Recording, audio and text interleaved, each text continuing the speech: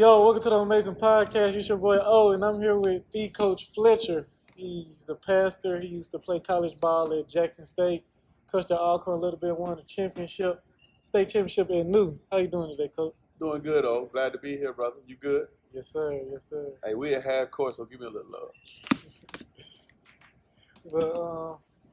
But as you know, the LSU just played Iowa in the girls' championship game in college, and Angel Reese and Caitlin Clark was kind of the highlight of it all, going back and forth with each other. You can't see me, John Cena. You know, she licking her fingers, talking noise. What you think about that? I think they two young ladies just passionate about what they do. I mean, if there was guys, if that was LeBron and Curry, nobody says anything. But they ladies. I mean, it's a free world. We equal. So I think those girls just passionate about what they do, and they was on the highest platform you could get in college. And I think they was representing their schools and representing everything that they ever played for in that moment. I mean, you play you played the state championship game. You know, it's passionate. So I don't think they was trying to be arrogant or offensive. I mean, you think about it. College athletes, they really don't get paid a steady check. So they getting up 6 a.m. in the morning, they running, they lifting weights, they sacrificing holidays, not being home with family. They grinding hours and hours to work on their skill and their craft. And here you are, the biggest moment of your life on the biggest stage playing for a national championship. Get all them eyes watching. All those eyes on you. So all of that energy, all of those emotions from them, the moments where you come up short, I think they were just being passionate. They were just expressing themselves. I mean, if you played the game, you know, I know a lot of people got something to say, saying it's negative and, you know, that there's no place for that. But if you played the game, you know you can get emotional, you can get excited. So I just think it was just all about passionate about what they do. I mean, matter of fact, I love it. I mean, you want to see them compete. Nobody threw any blows, so I think it just set the tone for what it takes to get to that level. You know, you got to be a lion. Yeah. A lion knows that he's the king of the jungle. So if he roars, everybody know what that means. It's no disrespect. I'm just letting you know this is my territory and I own it and I deserve it. You know, that's what I see it as. Yeah. So as lions, I think it was a tiger this time with LSU though. Right. This sounds good. The best tiger won. Yeah. Well, like you said, like all the emotions, and I know it's high stakes with everything in college basketball and play for a championship and stuff. When you in games, close games like that, how do you keep yourself poised and your teammates poised? Well, always keeping the end in mind. I mean, you don't ever want to, through the journey, through the process of the duration of the game, you don't ever want to come unrattled or show the wrong emotions, because as a coach, your players are feeding off of you. And if you show moment of weakness or discouraged, then that's how they're going to play. So as a coach, even in those big moments, I mean, you treat them just like you treat practice. I mean, the way you approach practice should be the way you approach a championship game. So your kids should be used to that moment.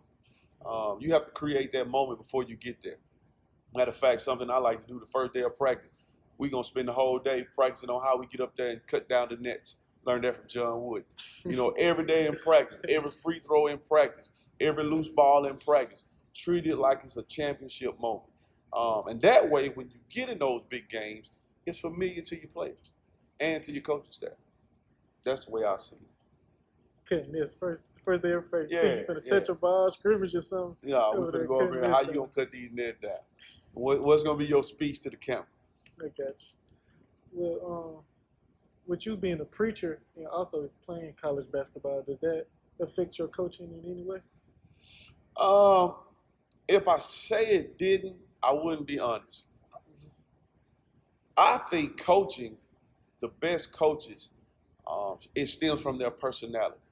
You have to coach based on the type of person you are, your personality. You can't be anybody else. You can't be Coach K. You can't.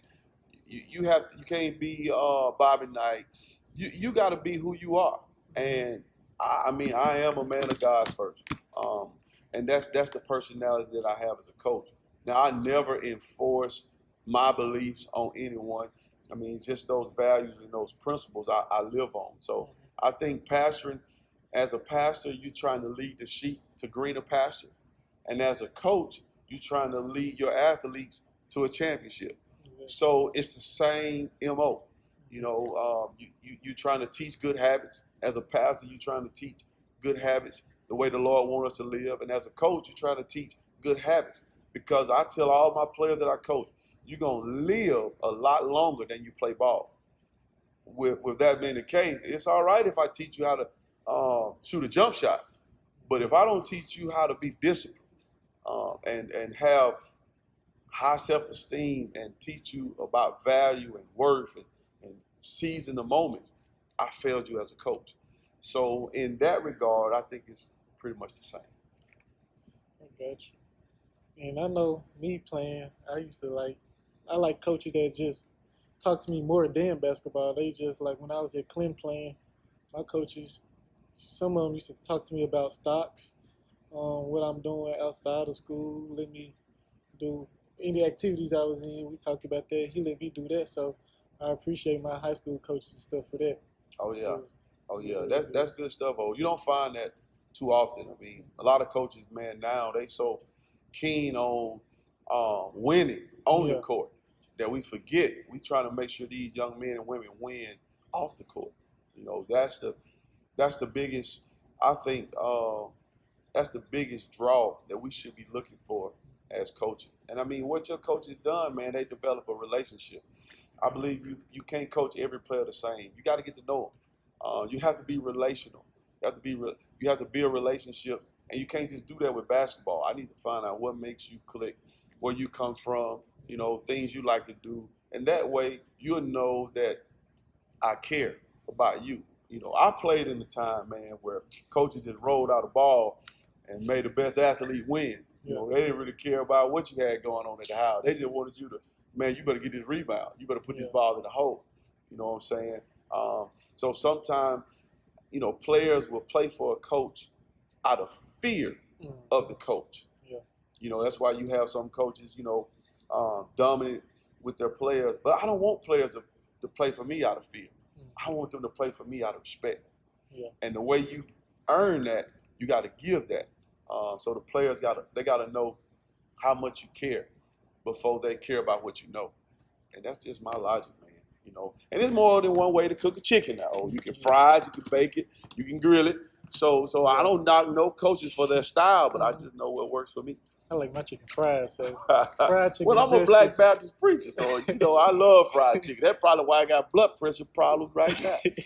Eat too much fried chicken. So we're gonna go to some little fun questions, this, that, and I'm just gonna go ahead and go into it. You like sloppy Joe or Philly cheesesteak? Sloppy Joe, man. I grew up in a trailer, not a subdivision. I'm with Philly cheesesteak. You look like a Philly guy. Anybody that's you under 22 and you got a full beard, your beard looks better than mine. So you a Philly guy. On your car, you want a 4-door or you want a 2-door? Man, 4-door. I wear a size 15 shoe, man. I need some room, brother. I say 2-door. Everybody can't get in my car. Okay. You selfish, then. Hey. Man, help your boys out, man. Okay. You like to play it safe or roll the dice? Man, I like to play it safe. When you grew up broke like me, if you get a little something, man, I want to hold on to it. I ain't gambling, man. Everything I got, I had to work for it. I'm playing it safe. I'm going to have to disagree with you again. I'm rolling the dice. You rolling the dice. I say I'm young. I got a little room to work with. No, that means you spoiled. That's why you gonna roll the dice. You spoiled. Yeah, you spoiled. And this the last one. Treadmill or Stairmaster? Treadmill. I'm gonna have to agree with you on that one. The Stairmaster ain't no joke. That Stairmaster ain't no joke. Yeah, I don't think no man need no booty, man. That Stairmaster, I don't need all that, man. I'm on the treadmill, dog. Don't run me like a mile or two on the treadmill. I'm good. Yeah. Well, we're gonna go back to basketball for a little bit. What is the best advice you give to your players on and off the court? Take advantage of the opportunity. Seize the moment. I have to speak at a athletic banquet tomorrow, and I think that's what I'm gonna talk about is maximizing every opportunity. I might come up with a T-shirt or something. Maximize every opportunity. life, man, the Bible said life is but a vapor. Man, you here today, you gone tomorrow. I didn't understand my grandma and them, they used to say on your wellest day, you sick enough to die. But after losing so much in my life, losing loved ones, and especially when COVID hit, man, I realized that every day that you got an opportunity to live, man, take advantage of it. Don't take life for granted. You know, if you get an opportunity to play on the high school level, junior high level, college level, I don't care if you don't like the coach, I don't care if you don't like your situation. If you got an opportunity, make the most of that opportunity, you know, because it's not guaranteed. It's not guaranteed. So that would be my advice for any young cat out there that's pursuing sports, basketball, man, whatever opportunity you give, take advantage of it. If you're on the team and you're not in the starting lineup, man, be the best on the team guy you can be. If you passing water, man, be the best passing water guy you can do. If you just holding the towel, be the best towel man you can. Waving that towel. I'm like talking about yeah. crunk up in here. You know, you need that positive energy, man. Make every opportunity mean something and worth something. Maximize every opportunity. Mio. You're gonna see that in the future. Mio. But to piggyback off what you said, like in high school, that's what our coach really installed in us, because my senior year was during COVID. So we seen teams getting dropped left and right due to COVID. So we didn't know when our last game was going to be. So he said, enjoy the moment because you don't know when it's going to be your last. And that's what we did. We had fun. We threw lives. We danced. We won. So, I mean, it worked out. We won a championship. We only lost one game. Ranked in the country. So I'm going to talk my noise. Clinton, best team to ever come through Mississippi. Oh, my goodness. Oh, my goodness. Now, you said I'm going to have to disagree with you on that one, though. Oh, man. Hey. But, hey, I remember that run. Y'all had a great run. Had a great team. Your coach did a great job. Actually, he dropped the mic at Raymond and won it, and came to Clinton and won it, and dropped the mic again and dipped on out. But he's a great guy, and that's good that he did that. Man, COVID was something serious. Mm-hmm. You know, unfortunately, I contacted COVID in 2020 when it first came out, when they didn't know anything about what it was. Yeah. And that was the worst 21 days of my life. 10 days of that 21, I didn't know if I was going to live still another day. So, you know, I got COVID when the doctor said, you got it. Stay at the house in the room. Don't come back over here unless you can't breathe. They didn't know what to do. I did. I ran fever 103 for 7 days straight. I couldn't eat. Man, I was delirious. I thought it was it. I thought I was on the way out of here. If it had not been for God, He was the only one. I really know. I know where you come from. I had the same thing. I was praying. I was like, well, I thought it was my time. So, yeah. Like you said, but God, He came. I was praying hard every night. And there was some people praying for me. My wife, man, I was praying harder during that 21 days that my wife didn't get sick, because she was the only one I had that could take care of me, man. And she was my MVP. She's always been my MVP, my number one cheerleader. But man, when I tell you she willed me through those 21 days, she sacrificed effortlessly.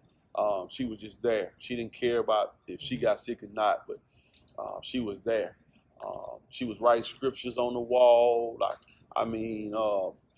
rubbing me down in alcohol, giving me ice baths, trying to break my fever, just everything, man. And a lot of people was praying for me, but I'm forever indebted to her. If I ever doubted that she loved me during them 21 days, I know for sure that she loved me, brother. But anything else you want to say before we head out? Any last words and remarks? Man, I'm just grateful that you reached out to me, let me be a part of this podcast. I love what you're doing, man, and just keep it positive, keep it 100, man. And you have a gift, man, so let everybody see your story. And I saw your first movie, you and your homeboy Malachi, man. I'm a fan. I want to get your autograph. No, man, I need your autograph. Yeah, it's called The System. The System. Yeah. If y'all hadn't saw The System, y'all go check it out. Film right there in Brandon, Mississippi. My boy Owen and his homeboy Malachi, they was in there. They were the best jail inmates I ever seen in my life. That's the only time I need you to be an inmate, though. Is in a movie. That's it. When I'm getting paid to be an inmate. Right. And I can get out after, That's right. That's right. But I want to thank you for coming out. I really enjoyed you. And as always, keep your heads up and attitudes down. Peace. Live from the U.